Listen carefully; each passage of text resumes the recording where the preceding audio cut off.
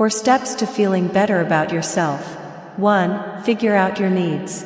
When we don't feel good about ourselves, it's easy to think that there's something fundamentally wrong with us. It feels deeply rooted and unchangeable. In reality, though, we may have failed to clarify, and then pursue, exactly what would make us feel like a person that we could love.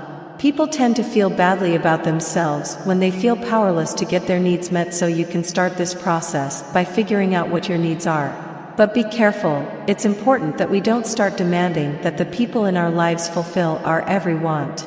Rather, clarify for yourself what you need. What people, places, or experiences are must-haves to live a fulfilling life? What aspects of your life, if removed, would leave you without a sense of purpose? Really think carefully about this and try not to consider others' needs right now. Now, every person has different needs. For example, many people feel that they need to have children. This is one of those things that they need to do in this life to feel whole. Other people need to travel. I personally need to love what I do for a living. Without this, my life would feel meaningless to me. But everyone is different. If you're having a hard time figuring out your needs, just reflect on times in your life when you weren't thriving. What was missing?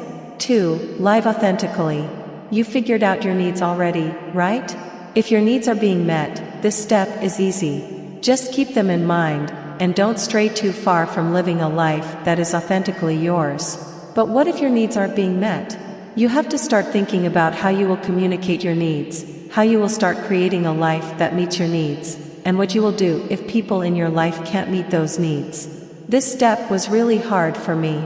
I discovered that some of my core needs were not being met.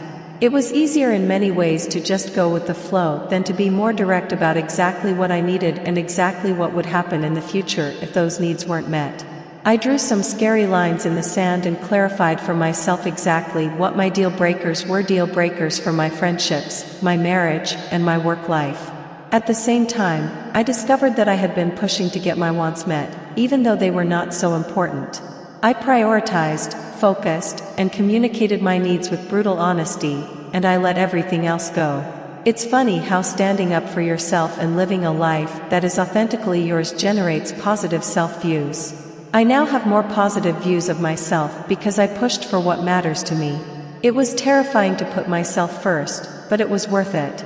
3. Forgive yourself. Now that you understand your needs and have a plan for getting them met, you are on your way to feeling that sense of self-assuredness that comes from having control over your own life. You're moving in the right direction. But what about those past mistakes? You know, those things you're not so proud of? Almost everyone has said something hurtful, forgotten an important event, or betrayed someone they love. We have to remember that our mistakes do not define us. They do not make us good people or bad people.